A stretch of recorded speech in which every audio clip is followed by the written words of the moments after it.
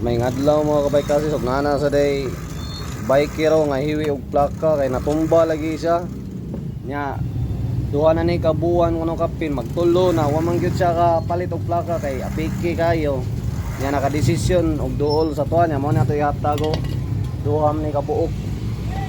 Now na makatabang tani aton ni taod. Kani mga kabay kasi small gini ang poler. Karon kinatangtang na gamitan kina siya puller kay gahin kay ni. Mo ni ang puller. Okay na naran. Ang karon ato na ning ibalik mga kabay kasi mao ni ang daano. Balik ko yung pistan na ano. Diri sod, na diri gawas. Yan tumba lagi taon. Nya requested gini sa amigo na to oh. Amigo lang ang tawag eh, magliso tag idol, daghan na kita idol ani. Nya, request niya nga iyag yung pabidyohan. Nagsiya po tag tapang. O wala na bidyohan ang uban.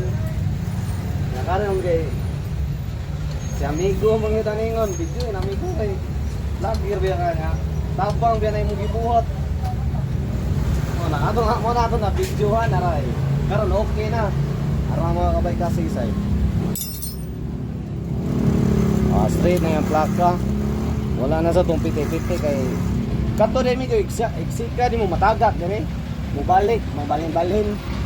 Sige, ato na yung kani, okay na ni mga kabay kasi bisag kato nagpamanihan taga iya po tagtabang ato niya sabay ramang ko tasad sa uso kung ato ang pagtabang og bike wala gyapon wala na to video ni karon kay binaman no kini namugos niya sa amigo gyud.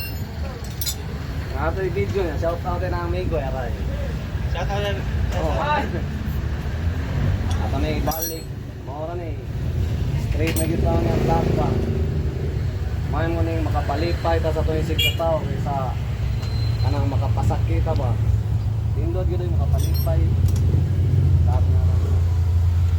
Karon mga kabay kasi, sa ito na siya na-adjustan, okay na. Mga itong ginga mga kabay kasi nga, masindot na makapalipay ta sa ito yung sigkataw. Isa makapasakit.